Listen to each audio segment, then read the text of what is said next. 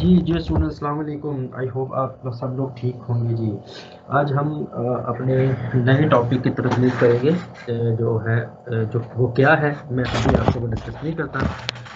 पहले मैं आपको एक सिनेरियो बताता हूँ ताकि आपको पता लगे कि हमें इस कॉन्सेप्ट की ज़रूरत क्यों है। तो अगर आपके पास विजुअल स्टूडियो है, you may code with me. आप लोगों ने एक बचपन से ही एक क्लास के बारे में सुन रहे हैं जिसको हम कहते हैं जनाब कॉम्प्लेक्स की क्लास, मैथमेटिकल कॉम्प्लेक्स। तो कहते हैं ना आप, हमारी लाइफ बड़ी कॉम्प्लेक्स है, ऑनलाइन ऑफलाइन वाली। तो उस एक पॉइंट ऑफ व्यू से हम यहाँ पे बात करते हैं कि कॉम्प्लेक्स के अंदर जो कॉम्प्लेक्स की क्लास है उसमें अगर आप देखेंगे तो वो कुछ हम उसको कुछ इस फॉर्म में लिखने की कोशिश करते हैं कि एग्जांपल है 2√5। तो यहाँ पे ये जो आपको चीज़ नज़र आ रही है कहते हैं कॉम्प्लेक्स की क्लास। इसमें जो पहला वाला पार्ट है इसको हम कहते हैं इसका रियल वाला हिस्सा, रियल पार्ट। और जो दूसरे नंबर पे हमें नज़र आ रहा है ये वाला, इसको हम कहते हैं उसका इमेजिनरी पार्ट। ठीक है जी। तो उसके बाद जा करके हम फिर इसके साथ वर्किंग करते हैं इमेजिनरी। आज हम देखना चाहेंगे आप डेफिनेटली आपने सी प्लस प्लस में बाकी लैंग्वेज में ये सब चीज़ें डेवलप की हुई हैं। इसी क्लास को मैं दोबारा डेवलप करता हूँ आप लोगों के सामने ताकि पता लगे कि ये कैसे काम करती है। तो इसके लिए जनाब प्रॉपर्टी को फ़िलहाल मैं यहाँ से रिमूव करता हूँ, हमें ये फ़िलहाल नहीं चाहिए, विंडोज़ फॉर्म पे नहीं काम कर रहे। तो प्रॉपर्टीज में ख़त्म कर रहा हूँ। सोल्यूशन एक्सप्लोर में आप लोग इस पर राइट क्लिक करें और एक नई क्लास क्रिएट करते हैं। मैंने आपके माइक्स ऑफ नहीं किए हुए, यू आर फ्री। जब भी आप फील करें आपको कोई इशू है, कुछ चीज़ समझ नहीं आ रही, मुझे बताएं ताकि मैं उसी वक्त, या कोई कॉन्सेप्ट क्लियर नहीं हो रहा तो मैं आपको दोबारा उसी वक्त एक्सप्लेन कर सकूं। तो आप लोगों ने जैसे लास्ट में हमने देखा था कि ये हम एक क्लास क्रिएट करेंगे कॉम्प्लेक्स के नाम से। अब यहाँ पे हमें जो बाकी चीज़ की वर्किंग है वो करनी है। उस वर्किंग के अकॉर्डिंगली आपको यहाँ पे 2 डेटा फील्ड चाहिए, डेटा मेंबर चाहिए। एक हमारा, अच्छा आप इसको इंटीजर में ले लें, डबल में ले लें, तो मैं इसको फिलहाल इंटीजर में ले रहा हूँ, ज़रूरी नहीं कि डबल में ही हो। तो सबसे पहले हमारे पास आ जाएगा जो प्राइवेट इंटीजर रियल पार्ट उसका, एंड सेकंड नंबर पे हमारे पास आ जाएगा जो प्राइवेट इंटीजर इमेजिनरी पार्ट उसका, इमेजिनरी पार्ट। ठीक है। उसके बाद हमें यहाँ पे एक कंस्ट्रक्टर चाहिए। तो वो जो कंस्ट्रक्टर है, अनफॉर्चुनेट सिस्टम को रिस्टार्ट नहीं किया हुआ, तो जो कॉम्प्लेक्स की हमारे पास क्लास है, मैं ऐसे कहूँगा कि मैं आपको भाई एक रियल टाइप का इंटीजर पास करूँगा और रियल टाइप का मैं आपको इमेजिनरी पास करूँगा। आपने सिंपल करना क्या है कि ये जो फिलहाल जो रियल है उसको आप ये रियल असाइन कर देना, और दिस डॉट इमेजिनरी जो पार्ट है उसको आप लोगों ने इमेजिनरी असाइन कर देना। तो ये है जी इसके पीछे जो कहानी जो हम करने की कोशिश करेंगे। अच्छा,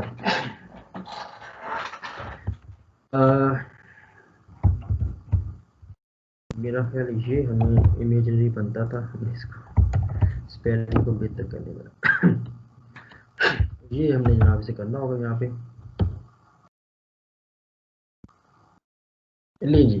अच्छा, इसके बाद अगर आप लोग चाहें कि इसको हमें डायरेक्ट डिस्प्ले करना है कंसोल के ऊपर दोनों ऑब्जेक्ट्स को, देन वी में उसके लिए हमें यहाँ पे ओवरराइड करना पड़ेगा टू स्ट्रिंग के मेथड को, जिसकी वजह से हम यहाँ पे लिखेंगे स्ट्रिंग डॉट फॉर्मेट। और हम इसको डिस्प्ले कैसे करेंगे डिफरेंट ऑप्शंस हैं। तो मैं सिंपली इसको 0 इंडेक्स पे शो करूँगा, फिर टैब के ऊपर इसका जो इमेजिनरी पार्ट है उसको शो करूँगा, और साथ फिर हम यहाँ पे लिखेंगे रियल एंड इमेजिनरी। ले जी, ये हमारे यहाँ पे कहानी फिलहाल काम कर देगी। अच्छा, अब बात शुरू करते हैं जी हमारे। अब देखिए जी, कम्प्लेक्स क्लास पहले एग्जिस्ट नहीं करती थी, तो ये हमारी खुद की क्रिएट की हुई है। मतलब ये हम कह सकते हैं कि यूज़र डिफाइंड डेटा टाइप है। ठीक है, मतलब ये वो डेटा टाइप है जो कि यूज़र ने डिफाइन की है, यूज़र ने क्रिएट की है। अब इसका मतलब है यूज़र रिस्पॉन्सिबल है इस नई डेटा टाइप के बारे में। अच्छा, इसके लिए क्या करना होगा? इसके लिए बच्चों इसके लिए फ़र्ज़ करें मैं आता हूँ जी इस क्लास में और यहाँ पे लिखता हूँ जी कम्प्लेक्स है। तो इसमें मैं कहता हूँ जी कि फर्स्ट ऑब्जेक्ट, फर्स्ट ओबीजे, इसका नाम रखता हूँ मैं, और इसको कहता हूँ is equal to new complex. और मैं कहता हूँ जी कि फ़िलहाल यहाँ पे 5 और 20 है जो हमने पास करना है। और दूसरे नंबर पे मैं इससे कहता हूँ कम्प्लेक्स की सेकंड ऑब्जेक्ट है इज इक्वल टू न्यू। और यहाँ पे मैं कहता हूँ 10 एंड अगेन ये 30 है। अच्छा जी, अब ये मैंने दो ऑब्जेक्ट क्रिएट कर दिए हैं। अब मैं चाहता क्या हूँ? अब बच्चों जैसे कि हम ये ऐसे काम, क्या हम ये कर सकते हैं कि integer num1 is equal to 110 and integer num2 is equal to 20। और क्या हम ये काम कर सकते हैं integer result is equal to num1 plus num2। ठीक है, अगर हम ये काम कर सकते हैं तो उसके क्रिएटर ने बताया है बेसिकली किस तरह से दो नंबर ऐड होते हैं। अब हमने कहा चूंकि हम भी क्रिएटर बन गए हैं, अब हमने भी एक नई क्लास लिख दी है, अब हम भी ये काम करने की कोशिश करेंगे। तो मैं यहाँ पे लिखता हूँ जी कम्प्लेक्स।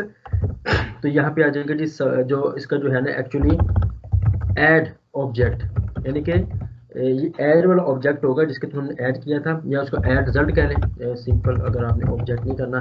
तो मैं ये चाहता हूँ कि जो फर्स्ट ऑब्जेक्ट है वो और जो सेकंड ऑब्जेक्ट है ये दोनों आपस में ऐड हो जाए। ठीक है, इसी तरह से मैं चाहता हूँ कि जो कम्प्लेक्स की क्लास है उसको दोनों को मैं माइनस भी कर सकूँ। ठीक है, तो first object minus second object. थोड़ा सा इसमें अगर मैं देखूं तो मैं फर्स्ट इसको 30 कर दूं और इसको मैं 20 कर दूं, जैसे उसकी कोई खास रीज़न नहीं है। अच्छा, जैसे ही मैंने काम किया आप देखें कंपाइलर साहब यहाँ पे माइंड करेंगे। उन्होंने कहा कि भाईजान इतने ना आप हिम्मत करें। अब मैं जरा इसके ऊपर लेके जाता हूँ माउस और आपको बताता हूँ क्या कह रहा है। वो कह रहा है जी operator plus cannot be applied to operand of type complex and complex. मतलब वो कह रहा है कि जो पहला ऑपरेंट है वो है जी कम्प्लेक्स क्लास का, जो दूसरा ऑब्जेक्ट है वो है कम्प्लेक्स क्लास का। कंपाइलर ये कहना चाह रहा है कि भाई मुझे नहीं पता कि दो कम्प्लेक्स क्लास के ऑब्जेक्ट को ऐड कैसे करते हैं, आई डोंट नो। ठीक है, मतलब जो कंपाइलर है, कंपाइलर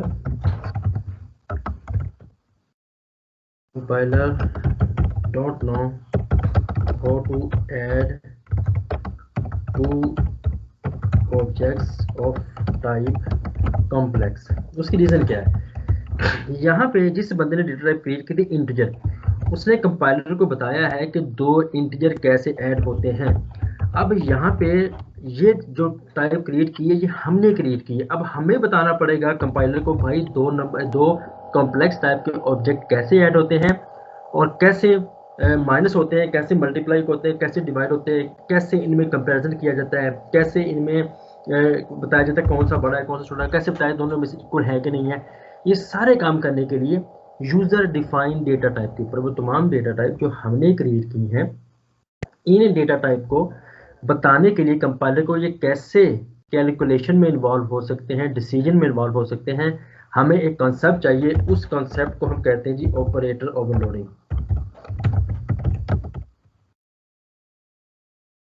ये जो आपको कॉन्सेप्ट नजर आ रहा है इस कॉन्सेप्ट को हम कहते हैं जी ऑपरेटर ओवरलोडिंग।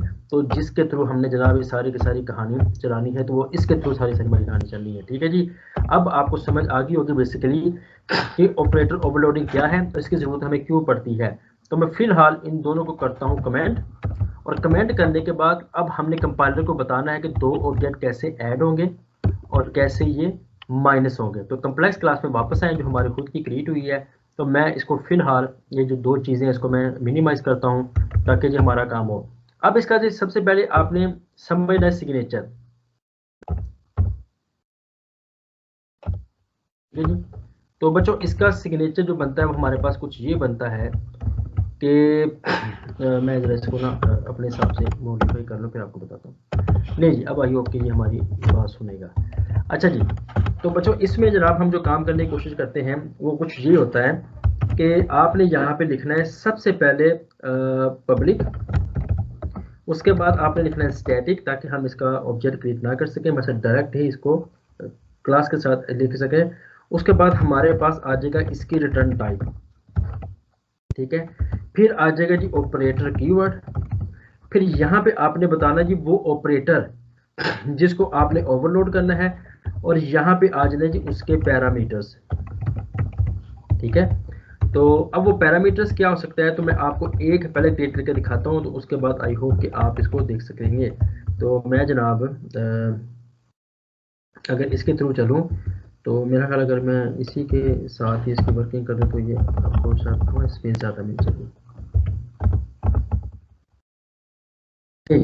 ये है जी वो चीज़ जो हम यहाँ पे क्रिएट करने की कोशिश करेंगे। दोबारा सुनने, पब्लिक आएगा, उसके बाद स्टैटिक आएगा, कीवर्ड है। तो हमारे मामले में मैं सबसे पहले ऑपरेटर ओवरलोड करने लगा हूँ, जिसको हम कहते हैं प्लस का। तो ये आ जाएगा पब्लिक स्टैटिक। जब दो ऑब्जेक्ट को ऐड किया कम्प्लेक्स टाइप के, आप देखें जब मैंने दोनों को ऐड किया है तो इसका रिजल्ट भी मैंने एक कम्प्लेक्स टाइप के ऑब्जेक्ट में ऐड किया है। तो इसका मतलब है यहाँ पे आपको इसकी रिटर्न टाइप होगी कम्प्लेक्स, और उसके बाद ऑपरेटर कीवर्ड है। और जिसको मैं कम्प्लेक्स, जिस ऑपरेटर को मैं ओवरलोड करना चाहता हूँ जी प्लस ऑपरेटर, ठीक है। तो प्लस ऑपरेटर को जब मैं ओवरलोड करूंगा तो इसको मैं कहूंगा कि भाई मैं आप ऐसा, मैं आपको दो कम्प्लेक्स टाइप के ऑब्जेक्ट पास करूंगा, C1, और दूसरे नंबर पे आपको आएगा जी कम्प्लेक्स ऑब्जेक्ट C2, ठीक है। अब आपने करना क्या है, आपने रिटर्न कर देना। अच्छा, अगर आप ये काम नहीं करना चाहते, रिटर्न वाला काम नहीं करना चाहते, तो मैं आपको दो तरीके बताता हूँ।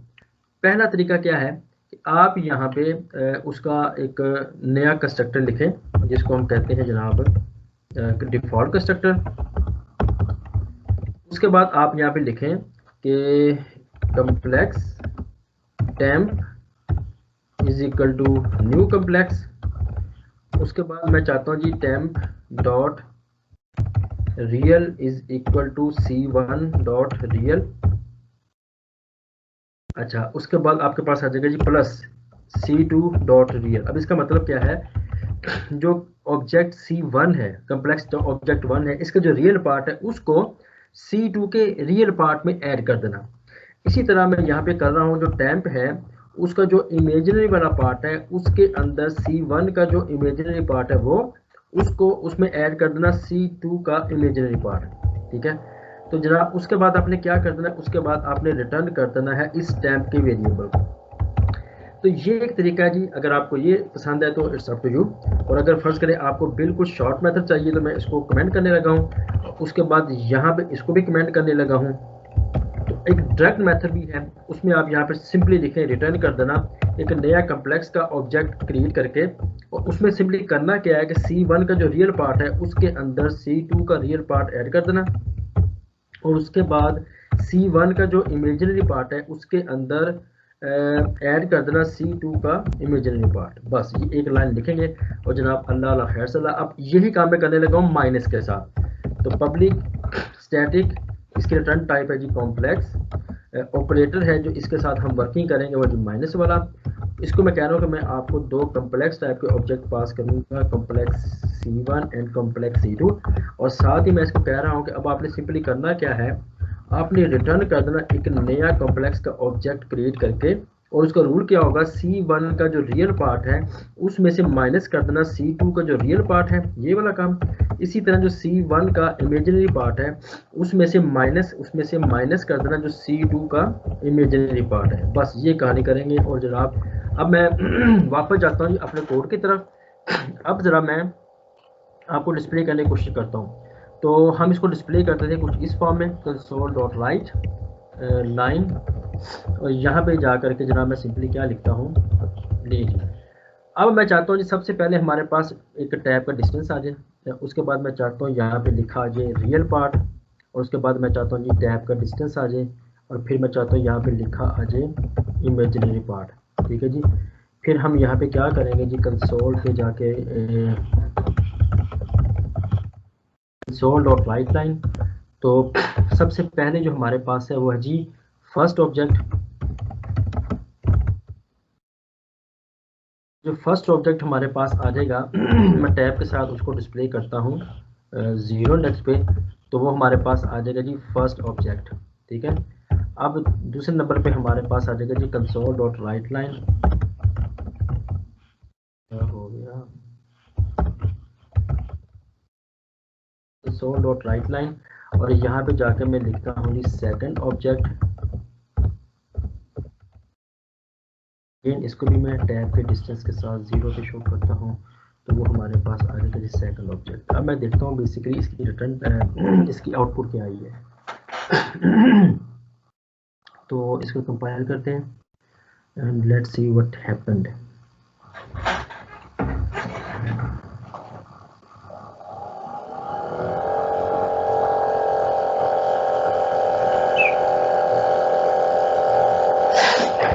ले जी, अब आप देख सकते हैं। अच्छा, थोड़ा सा मैं इसको मॉडिफाई करना पड़ेगा, तो अब इसके लिए क्या करता हूँ, इसमें डबल टैप का डिस्टेंस यहाँ पे डाल देते हैं, और दूसरे नंबर पर डबल टैप के डिस्टेंस के साथ हम यहाँ पे लिखते हैं कंसोल डॉट राइट लाइन, और जनाब ये हमारे पास आ जाएगा। कि अब चीज़ें कुछ बेहतर हो चुकी हैं। जी ले जी, तो ये हमारे पास बन गया जी फर्स्ट ऑब्जेक्ट 50, और सेकंड ऑब्जेक्ट हमारे पास है जी 30 एंड 20। ठीक है, अब हम देखते हैं कि क्या, अब हम देखने की कोशिश ये करते हैं बच्चों कि क्या ये जो हमारे पास आया है, जिसे हम कह सकते हैं जनाब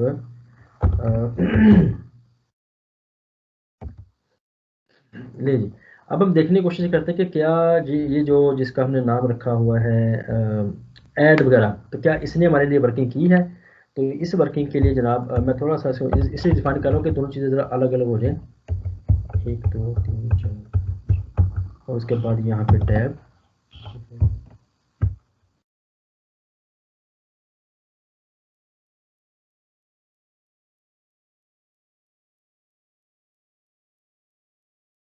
अब मैं इसकी आउटपुट दिखाने की कोशिश करता हूँ आपको।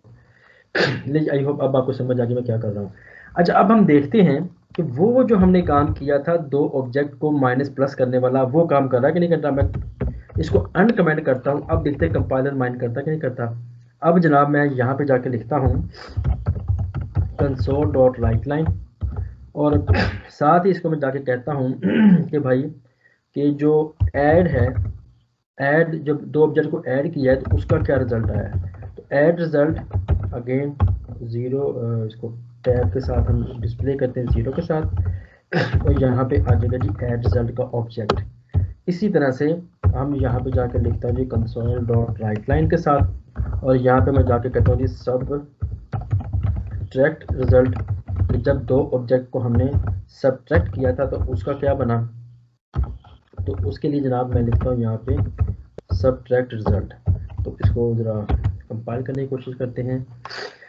अब आप देख सकते हैं कि अच्छा थोड़ा सा अब मसला ये आ गया कि ये यहाँ से आउटपुट ख़राब आ रही है, तो हमें जो फर्स्ट ऑब्जेक्ट से रियल फर्स्ट ऑब्जेक्ट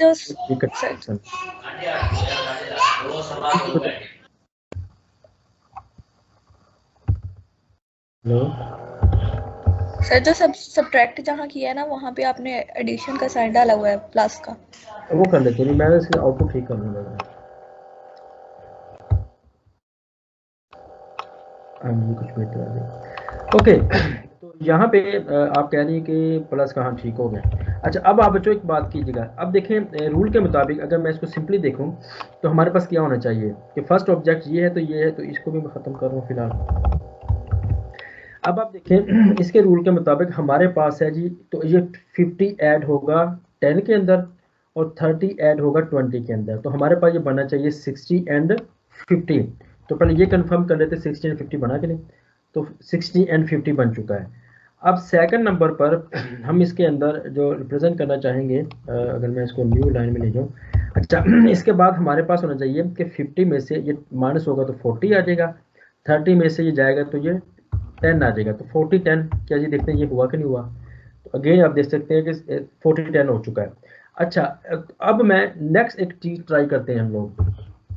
अब हम नेक्स्ट ये ट्राई करते हैं कि ये जो दो हमारे पास कॉम्प्लेक्स के ऑब्जेक्ट्स हैं, क्या इनके बीच में कंपैरिजन हो सकता है? तो ज़रा चेक करते हैं क्या होता है।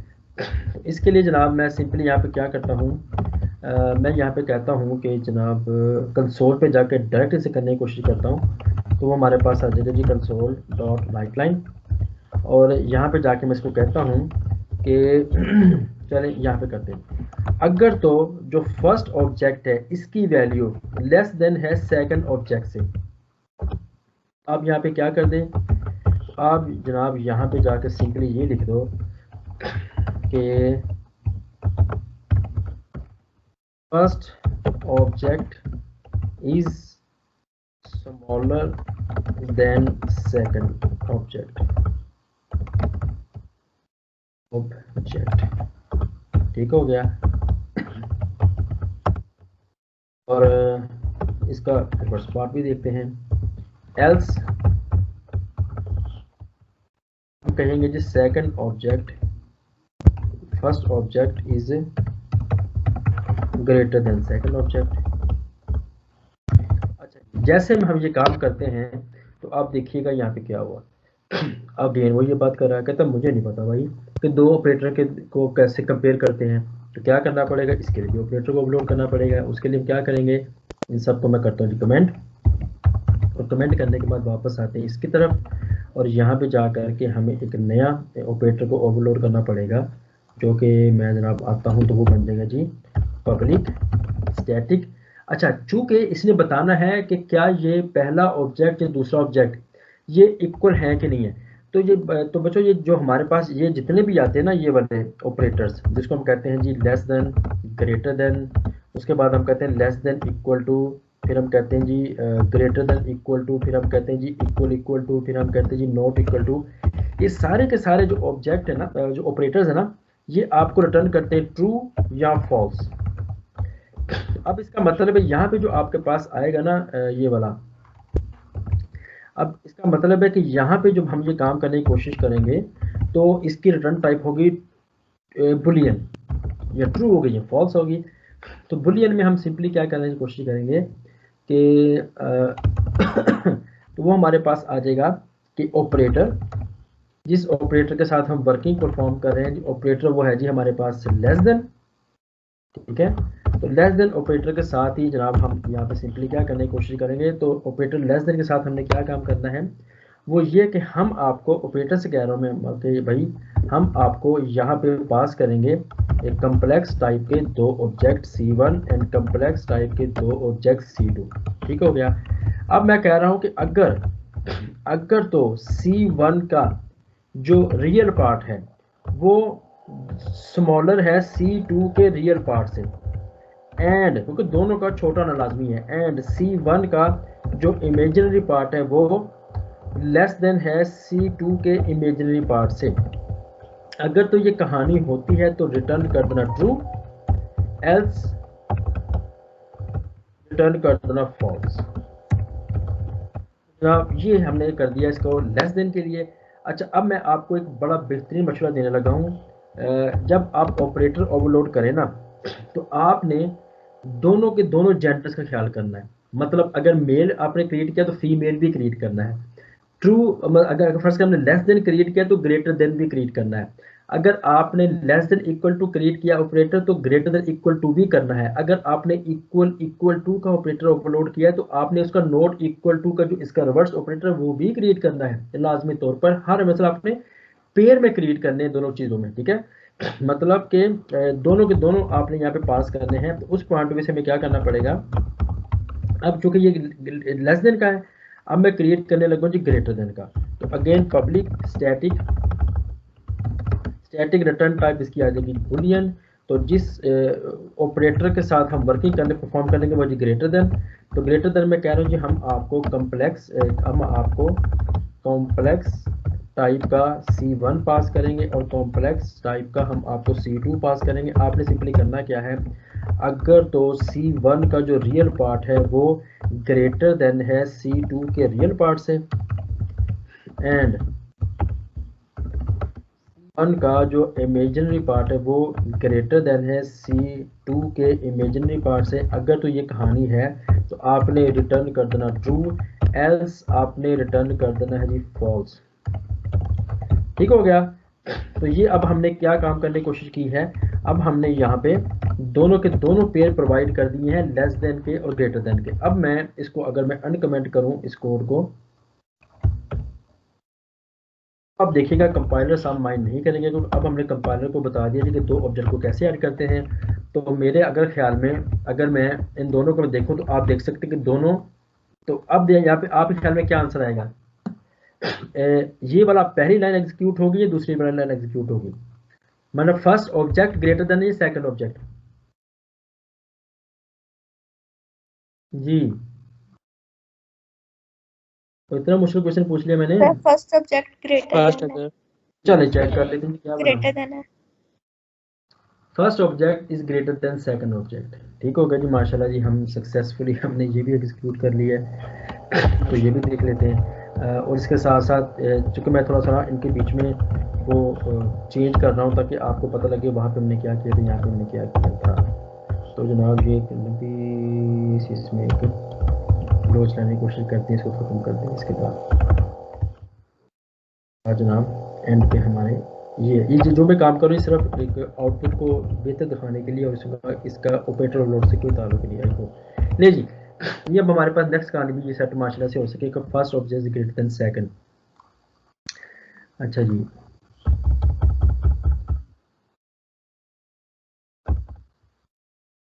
हमने क्या करने की कोशिश करेंगे। अब नेक्स्ट आपके ख्याल में क्या होगा अगर मैं ये कर दूंगा, तो कंपाइलर, अब हमने उम्मीद की थी कंपाइलर अक्लमंद है, ये काम खुद ही कर लेगा, चेक कर लेते हैं। अब वो कह रहा मुझे नहीं पता ये कैसे काम करते हैं। तो अब क्या करना पड़ेगा, हमें इसको भी इसका भी ओवरलोड करना पड़ेगा। ओवरलोड का तरीका वो आपको बता चुका। तो अगेन ये भी चूंकि ग्रेटर देन में, तो मैं यहाँ पे करूँगा कि पब्लिक स्टैटिक रिटर्न टाइप इसकी आएगी जी बुलियन, जो ऑपरेटर जिसके साथ हम वर्किंग करेंगे that is less than equal to. ठीक है, तो यहाँ पे मैं कहूँगा जी कि हम आपको कॉम्प्लेक्स टाइप का एक ऑब्जेक्ट पास करेंगे, कॉम्प्लेक्स टाइप का दूसरा ऑब्जेक्ट पास करेंगे। तो इसके लिए अब आपने क्या करना है कि अगर तो जो C1 है, अगर तो C1 है उसका जो रियल वाला पार्ट है वो लेस देन या इक्वल टू है इसे। अच्छा, मैं वैसे भी आप पे छोड़ता हूँ, आप देखिए दोनों में क्या होता है। मैं इसका ना रिवर्स वाला कर देता हूँ। तो पहले हमारे पास आ जाएगा इक्वल इक्वल वाला, तो मेरा ख्याल आप वो खुद ही लिख ही लेंगे।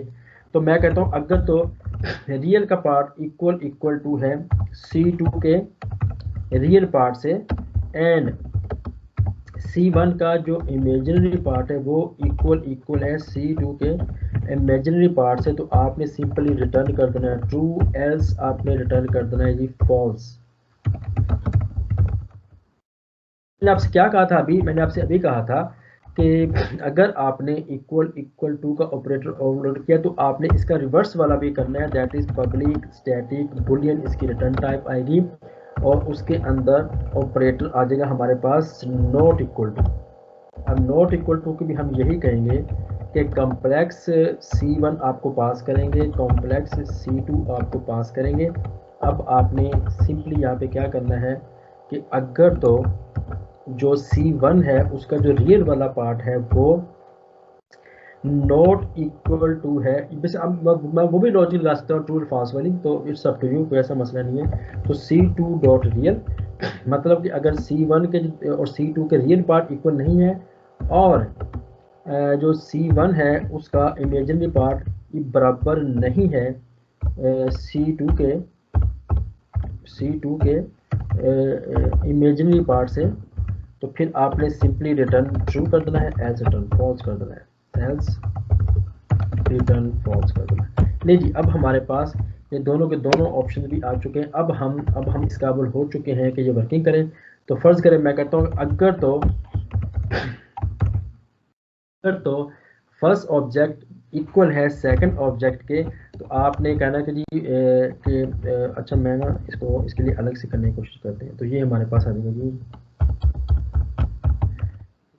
आप जो नेक्स्ट काम करने लगा हूँ वो इसका है, वो मैं डायरेक्ट लिखने लगा हूँ कि इसका आंसर क्या आएगा। तो कंसोल डॉट राइट लाइन, और यहाँ पे मैं कहता हूँ कि ऐसा काम करो कि इसकी क्वालिटी चेक करो कि जो C1 है इक्वल टू C, चलो अगर आपको ये समझ नहीं आती तो मैं टेक्स्ट करता हूँ, परेशान ना हो। अगर तो C जो फर्स्ट ऑब्जेक्ट है वो इक्वल सेकंड ऑब्जेक्ट, ठीक है, तो फिर आप यहाँ पे क्या करें, तो भाई फिर आप यहाँ पे ये करना है कि both the objects are equal. यहाँ पे सिंपली लिखेंगे कि बोथ द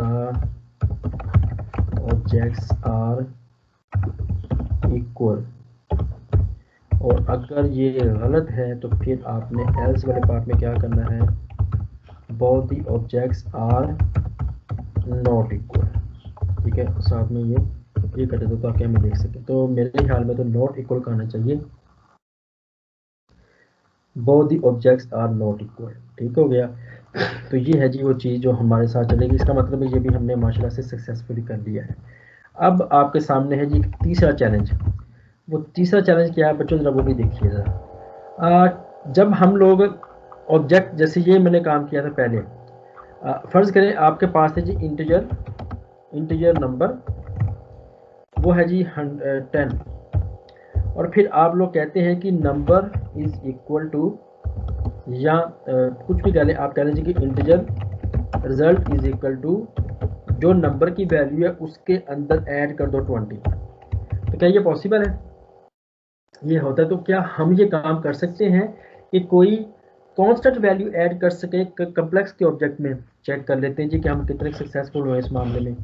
तो जनाब मैं ऊपर ही काम करता हूँ ताकि वो एक क्लासिफिकेशन बरकरार रहे। तो अब वापस आते हैं जी इसकी तरफ, और यहाँ पे एक तीसरा ऑब्जेक्ट जो ऐड करने की कोशिश करेंगे वो कौन सा है, वो है जी कम्प्लेक्स। कम्प्लेक्स की क्लास होगी, तो इसका नाम है जी कि ऐड कॉन्स्ट। ऐड कॉन्स्ट का मतलब है constant value, add constant value, ठीक है। तो अब जनाब मैं यहाँ पे लिखता हूँ इज इक्वल टू, अब मैं यहाँ पे क्या करने की कोशिश करूँगा, जो फर्स्ट ऑब्जेक्ट है ना, जो फर्स्ट ऑब्जेक्ट है उसके अंदर 20 ऐड कर दो। ये मैं काम करने की कोशिश कर दूँ, आपके ख्याल में कंपाइलर मुझे अलाउ करेगा? अब मैंने जैसे ये काम किया तो इस पे माउस लेके जाता हूँ, ये ले, वो कह रहा है यार कि मुझे तो तुमने ये बताया था कि दो कॉम्प्लेक्स ऑब्जेक्ट कैसे ऐड होते हैं, अब आप एक कॉम्प्लेक्स का ऑब्जेक्ट है यूजर डिफाइन, एक है जी कांस्टेंट वैल्यू। अब मुझे नहीं पता भाई कांस्टेंट वैल्यू किस में ऐड होनी है। अब ये एक लॉजिकल बात भी है। देखिए कंपाइलर यहाँ पे खुद भी सोच रहा है जैसे कि हम भी सोचेंगे कि ये जो 20 है, अब मुझे सोच के बताएं ये किस वाले पार्ट में ऐड होगा, क्या ये रियल वाले पार्ट में ऐड होगा, या ये इमेजिनरी पार्ट में ऐड होगा, या ये दोनों पार्ट में ऐड होगा। ये है यहाँ पे चैलेंज कि कंपाइलर को भी सोचना पड़ेगा, हमें भी सोचना पड़ेगा जो कांस्टेंट वैल्यू 20 है इसको किस में ऐड होना है। तो मैथ के रूल हमें देखने पड़ेंगे। मैथ के रूल कहता है कि अगर आप कोई कांस्टेंट वैल्यू पास करते हैं तो वो रियल वाले में ऐड होता है। तो इसके लिए बच्चों हमें क्या काम करना पड़ेगा, हम वापस मूव करते हैं इसकी तरफ और आते हैं जो हमारे बाकी जो ऑपरेटर हमने ओवरलोड किए हैं, तो पब्लिक स्टैटिक, और इसके साथ साथ हम लोग ये काम करते हैं कि इसकी रिटर्न टाइप भी होगी कॉम्प्लेक्स, और जो ऑपरेटर इस बार हम ओवरलोड करने की कोशिश कर रहे हैं वो है जी प्लस का। लेकिन जो प्लस का ऑपरेटर है इस मामले में जो पहला ऑब्जेक्ट है वो कम्प्लेक्स होगा, और जो दूसरा ऑब्जेक्ट है वो इंटीजर होगा, इंटीजर नंबर होगा। इस मामले में हमारे साथ ये क्या काम करेगा, ये रिटर्न कर देगा नया कॉम्प्लेक्स का ऑब्जेक्ट क्रिएट करके, और इसको वो क्या करेगा कि जनाब जो सी का जो रियल पार्ट है उसके अंदर ऐड कर देगा इस नंबर को, और जो दूसरा नंबर है सी का इमेजिनरी पार्ट उसको ऐसे रहने देगा, कुछ भी नहीं करेगा। और यहाँ पे अब इसका एक नया ऑब्जेक्ट ऐड हो चुका होगा। अब जनाब मैं जाता हूँ यहाँ पे जाके और कंसोल पे राइट लाइन करते हुए अब मैं लिखता हूँ जी कि ऐड कॉन्स्ट, कि जो कांस्टेंट वैल्यू जब हम इसमें ऐड करेंगे तो तब क्या होगा। तो उसके लिए जनाब हमें यहाँ पे 0 इंडेक्स पे शो करने की कोशिश करता हूँ मैं, उसका मैं लिख देंगे हम ऐड कांस्ट वैल्यू। तो मेरे रूल के मुताबिक, हमारे अंडरस्टैंडिंग के मुताबिक हमने ऐड किया इसके अंदर, तो यहाँ पे बनना चाहिए 60 और अंडर 30 को वैसे 60 ने 70 यानी को 20 ऐड हो रहा ना, तो 20 ऐड होगा तो आंसर आ जाएगा हमारे ख्याल में इसका किधर गया, इसका जो हमारे मामले में आंसर आना चाहिए हमारे ख्याल में वो आना चाहिए 50 प्लस 20 जो कि बनता है जी 70 बनना चाहिए, और अंडर रूट 30 ऐसे ही रह जाएगा, इसको कुछ भी नहीं होगा। तो अब जरा रन करके देखते हैं कि ऐसा हुआ कि नहीं जी। ऐड कांस्टेंट ऐड करने से हमारे पास ये वैल्यू आ गई है ये वाली, ठीक है जी। चलें जी, मैं रिकॉर्डिंग जारी रखता हूँ। तो फिलहाल थोड़ा सा आपको रिलैक्स करने के लिए let's have a break of 10 minute या 5 मिनट, जो भी आपको सूटेबल लगता है। 11:07 हुए हैं, तो 11:15 पे हम दोबारा इस सेशन को शुरू करेंगे। कुछ और केस देखेंगे कि और केसेस हमारे पास क्या क्या काम करते हैं, और फिर आपके क्वेश्चन सेशन लेंगे। अभी तक एक्सक्यूज मी अगर सर। हमारे क्वेश्चन तो बताएं जी। जी सर। सर सवाल ये है कि आपने कहा था जो एब्स्ट्रैक्ट क्लासेस होती हैं उसका इंस्टेंस हम न्यू के साथ नहीं बना सकते, तो सर वो बिल्कुल अरे को कैसे अलो कर देता है कि हम अरे को तो हम न्यू के साथ बना सकते हैं उस एब्स्ट्रैक्ट क्लास की, तो ये क्या वजह हाँ है? जी, वो बेसिकली अरे क्रिएट हो रही है। एग्जांपल मैं आपको देता हूँ उसकी। मैं जो आखिर में चाहता हूँ इसके बच्चों, वो वहाँ पे ये हो रहा है कि मैं यहाँ पे कहता हूँ कि integer array of int is equal to new integer की अरे ऑफ साइज 5। ठीक हो गया। फिर मैं कहता हूँ जी स्ट्रिंग, और उसके बाद मैं कहता हूँ जी array of strings is equal to new string, और यहाँ पे मैं कहता हूँ कि अरे क्रिएट कर दो स्ट्रिंग की 5 की। ठीक है। इसी तरह से फर्ज करें मेरे पास एक क्लास होना, इस पर राइट क्लिक करता हूँ, ऐड करता हूँ, और एक नई क्लास इसमें ऐड करता हूँ। और वो क्लास है, फर्ज कर जैसे मैंने शेप ही क्रिएट की थी, इसको मैं कहता हूँ जी एब्स्ट्रैक्ट क्लास शेप। और यहाँ पे जाके मैं सिंपली ये करता हूँ कि इसमें एक एब्स्ट्रैक्ट मेथड देते हैं जी कि public abstract return type void है ड्रॉ शेप। अब ये जनाब चूँकि एब्स्ट्रैक्ट मेथड है, तो मैं इसका भी क्लियर करने की कोशिश करता हूँ यहाँ पे जाके। तो मैं जनाब कहता हूँ जी कि आगे मूव करते हैं। तो अब हम करते हैं कि जी शेप, तो यहाँ पे इसका नाम मैं रखता हूँ जी, एक्चुअली यहाँ पे मैंने ये नहीं, shape array of shapes is equal to new shape of size 5। अब आप देखें कंपाइलिंग यहाँ माइंड नहीं कर रहा। क्यों माइंड नहीं कर रहा? क्योंकि अरे का ऑब्जेक्ट नहीं क्रिएट हो रहा, एक अरे क्रिएट हो रही है मेमोरी के अंदर। मैं आपको यहाँ बताने की कोशिश करता हूँ। यहाँ पे ये काम करने से क्या हुआ कि ये हमारे पास मेमोरी की लोकेशन है, और इस मेमोरी लोकेशन के ऊपर हमारे पास ये डिफरेंट किस्म के मेमोरी सेल्स हैं। तो अब यहाँ पे हो क्या रहा है, इन मेमोरी सेल्स के अंदर एक अरे क्रिएट हुई है, जो यहाँ से लेके यहाँ तक अरे क्रिएट हुई है। मैं आपको बताता हूँ बस फर्ज कि यहाँ से लेकर यहाँ तक उसने क्या किया है कि एक एरिया उसने रिजर्व किया मेमोरी के अंदर, जिसके अंदर सिर्फ शेप के ऑब्जेक्ट होंगे, जिसके अंदर सिर्फ शेप टाइप के ऑब्जेक्ट्स होंगे। मतलब वो शेप का ऑब्जेक्ट क्रिएट नहीं कर रहा, एक मेमोरी क्रिएट कर रहा है, जिस मेमोरी के अंदर आप ऑब्जेक्ट सेव कर सकते हैं ऑफ टाइप शेप ये वो कर रहा है। तो यहाँ पे जो अभी आपने देखा था उसमें लेकिन जैसे ही मैं काम करूंगा, मैं कहता हूँ जी shape is equal to new shape. अब आप देखिएगा कि इंशाल्लाह अब ये माइंड कर देगा, क्योंकि अब मैं शेप का ऑब्जेक्ट क्रिएट कर रहा हूँ। ये देख लें, cannot create an instance of the abstract class. ठीक है, इस तरह से इंटरफेस इसका भी क्रिएट नहीं किया जा सकता। लिहाजा यहाँ पे इस एक लोकेशन के ऊपर ऑब्जेक्ट क्रिएट नहीं हो रहा, सिर्फ एक अरे क्रिएट हो रही है, जिस अरे के अंदर जो डेटा जाएगा वो शेप टाइप का होगा। यहाँ पे एक अरे क्रिएट हो रही है जिसके अंदर डेटा जाएगा वो स्ट्रिंग टाइप का होगा, और यहाँ पे एक अरे क्रिएट हो रही है जिसके अंदर डेटा जाएगा वो होगा इंटीजर टाइप का। ठीक हो गया जी। और ओके कुछ सर। और सर ये जो एक मेथड होता है टू स्ट्रिंग डॉट फॉर्मेट वाला, तो एब्स्ट्रैक्ट क्लासेस में वो हम यूज कर सकते हैं किसी तरीके से, क्योंकि कोशिश हाँ काफी मर्जी करो, मतलब हर वो चीज़ जो आप कंसोल पे आउटपुट करना चाहते हैं, उसके लिए आपको टू स्ट्रिंग का मेथड ओवरराइड करना पड़ेगा। हर वो चीज़ जो कंसोल पे आउटपुट करना चाहते हैं। तो सर वो उसके लिए हमें ऑब्जेक्ट बनाना पड़ेगा। ऑब्जेक्ट में है वो हर जो इसकी डिराइव क्लास होगी उसके करैक्टरिस्टिक उसमें असाइन करने पड़ेंगे, तो ये फिर ऑब्जेक्ट नहीं बनाना पड़ेगा हमें एब्स्ट्रैक्ट क्लासेस का? तो नहीं, तो कुछ लोग ये जैसे भी कर सकते हैं ना कि बेस क्लास के अंदर एक डिस्प्ले का मेथड लिखें और उस डिस्प्ले के मेथड के अंदर ओवरराइड कॉल कर लें। लेकिन ओवरऑल अगर लॉजिकली देखा जाए, चूंकि उसका ऑब्जेक्ट ही क्रिएट नहीं होना, तो ओवरराइड का मेथड करके करना क्या है उसको। तो ये तो जी सर वहां पे ये है कि जहाँ पे ऑब्जेक्ट को आपने डिस्प्ले करना है कंसोल पे। ये तो एक लॉजिकल चीज है। ठीक है सर, ओके अस्सलाम। जी, अब 11:12 हो चुके हैं, तो मैं 11:20 पे अजय सेशन चल रहा है हमारा। अगर आके फिर भी आपके माइंड में कुछ क्वेश्चन है तो उसको राइट डाउन कर लीजिएगा, मैं इंशाल्लाह कोशिश करता हूँ सबको एक्सप्लेन करने की। अभी हमारे 2-3 केस रह गए हैं, लेकिन मेरा ख्याल है कि आपको कोई इशू नहीं हुआ होगा अभी तक इसमें ऑपरेटर ओवरलोडिंग में। लेकिन फिर भी 11:12 हुए, तो 11:20 पे अगला इसी का नेक्स्ट सेशन में कुछ नए चीज़ें ऐड करने की कोशिश करते हैं। तो मैं उस वक्त तक फिलहाल यहाँ पे रुका हूँ, और सेशन हमारा ऐसे ही चल रहा है, इसको आपने लीव नहीं करना।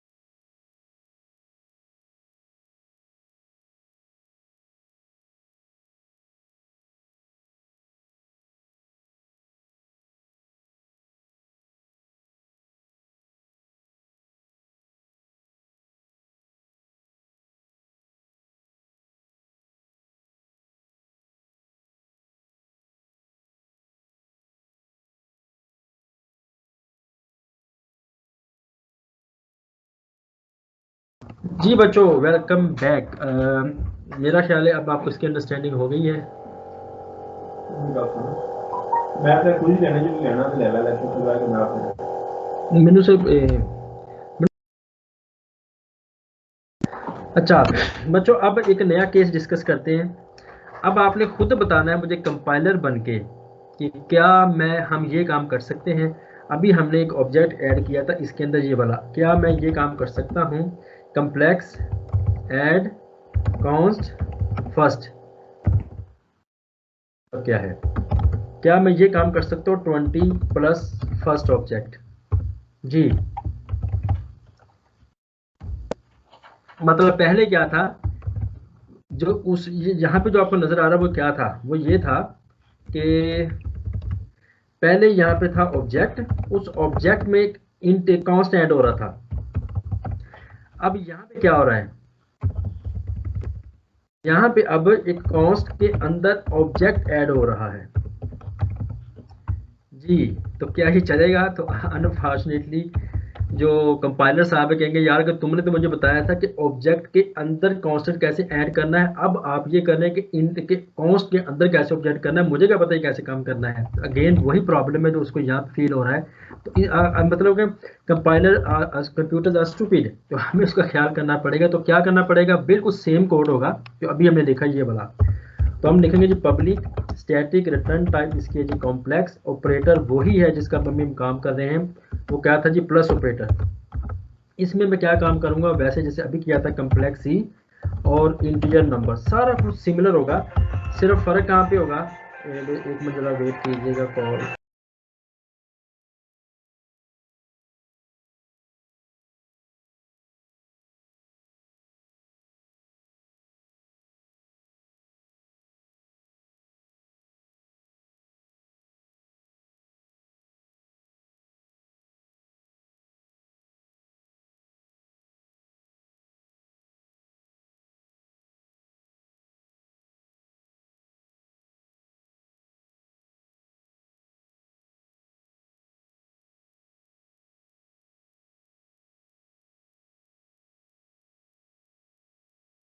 अच्छा जी, मैंने बताया था सारा कुछ 100% सेम होगा। सिर्फ फर्क क्या आ जाएगा कि अब हमें इसको थोड़ा सा रिवर्स में लेके चलना पड़ेगा। रिटर्न न्यू और कॉम्प्लेक्स है। चले मैं मुझे याद आया, बल्कि बजाय कि ये मैं काम कर दूँ तो अब हमें यहाँ पे चेंज करना पड़ेगा। तो इसको हम बताएंगे कि पहले नंबर पे जो चीज़ आपको पास होगी वो इंटीजर होगा और दूसरे नंबर पे आपको एक ऑब्जेक्ट पास किया जाएगा। अंदर वही लॉजिक होगी जो आपने यहाँ भी देखी है, किसी किस्म की कोई चीज़ में नहीं आएगी। मैं कहूँगा सी के रियल पार्ट में ऐड कर देना इस नंबर को, और साथ ही जो सी का इमेजिनरी पार्ट है वो एज इट इज़ लिख देना, और कुछ भी इसमें नहीं करना आपने। तो अब आप देखिएगा जब वापस आएंगे तो अब जनाब जी जो माइंड ख़त्म हो जाएगा, उसका मतलब कि वो जो जो प्रॉब्लम कर रहा है वो यहाँ पे वाइंड अप हो जाएगा। मैं इसी को कॉपी करके यहाँ पे पेस्ट मारता हूँ। अब ये ऐड यहाँ पे लिखता हूँ, ऐड कांस्टेंट लिखता हूँ सेकंड वाला, ऐड कांस्टेंट फर्स्ट, और यहाँ पे करता हूँ add constant second. Answer should be same, उसमें कोई फर्क नहीं आएगा। तो अब आप देखें दोनों का आंसर सेम आया, तो अब ये काम भी होगा। एक आखिरी चीज़ अब आपने ज़रा मुझे सोच के बताना है। बच्चों हम लोग ये काम करते हैं कि आप लोग कहते हैं जी कि integer number is equal to 10, और फिर आप कहते हैं जी नंबर प्लस प्लस। क्या ये काम हम इनके साथ कर सकते हैं, ऑब्जेक्ट्स के साथ, मतलब कम्प्लेक्स ऑब्जेक्ट के साथ में कर सकता हूँ? ये मुझे सोच के बताएं जरा अभी।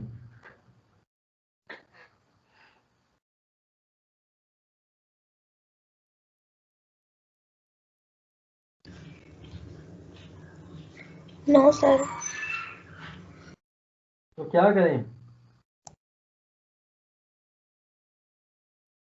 सर उसको भी दोबारा डिफाइन करेंगे। ओके, अब जनाब हमें इसके लिए भी वही ऑपरेटर ओवरलोड करना पड़ेगा जो रियल में होता है। तो वो हमारे पास आ जाएगा जी पब्लिक स्टैटिक रिटर्न टाइप, इसकी एक नया कॉम्प्लेक्स का ऑब्जेक्ट होगा, और ऑपरेटर जो हमने इसके साथ वो है जी प्लस प्लस। और इसकी लॉजिक 100% बच्चों वही है जो आपने यहाँ पे देखी है। ये सारी की सारी लॉजिक 100% वही है। वो कैसे है जी, अब मैं बताता हूँ।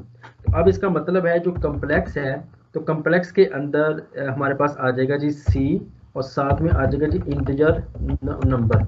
अच्छा, अब मैथ का रूल क्या कहता है मुझे नहीं पता, लेकिन मैं कहता हूँ फर्ज करें मैथ का रूल कहता है कि अगर ऑपरेटर को प्लस प्लस अप्लाई किया जाए तो सिर्फ रियल वाला पार्ट ऐड होगा, इमेजिनरी पार्ट ऐड नहीं होगा। लेकिन अगर फर्ज करें मैथ का, मुझे नहीं पता इसका रूल क्या है, लेकिन मैथ का रूल कहता है नहीं, दोनों में एक एक ऐड होगा। तो इस मामले में आपने क्या करना है, प्लस प्लस में आपको इंटीजर ये नहीं करना पड़ेगा, आपको सिंपली करना क्या पड़ेगा, लिखेंगे रिटर्न कर देना एक नया कम्प्लेक्स का ऑब्जेक्ट क्रिएट करके, जिसमें तुम क्या करना है, जो सी का जो रियल पार्ट है उसमें सिंपली एक ऐड करना, ठीक है। और उसके बाद जो सी का इमेजिनरी पार्ट है उसके अंदर भी एक ऐड करना, फर्ज करें दोनों में एक ऐड करना है, तो ये चीज़ भी आपको वहाँ पे करनी पड़ेगी। अब मैं वापस आता हूँ इधर, अब ये जो काम मैंने किया है वो ख़त्म करता हूँ। अब मैं क्या करता हूँ जी, यहाँ पे एक ऑब्जेक्ट क्रिएट करता है कम्प्लेक्स का।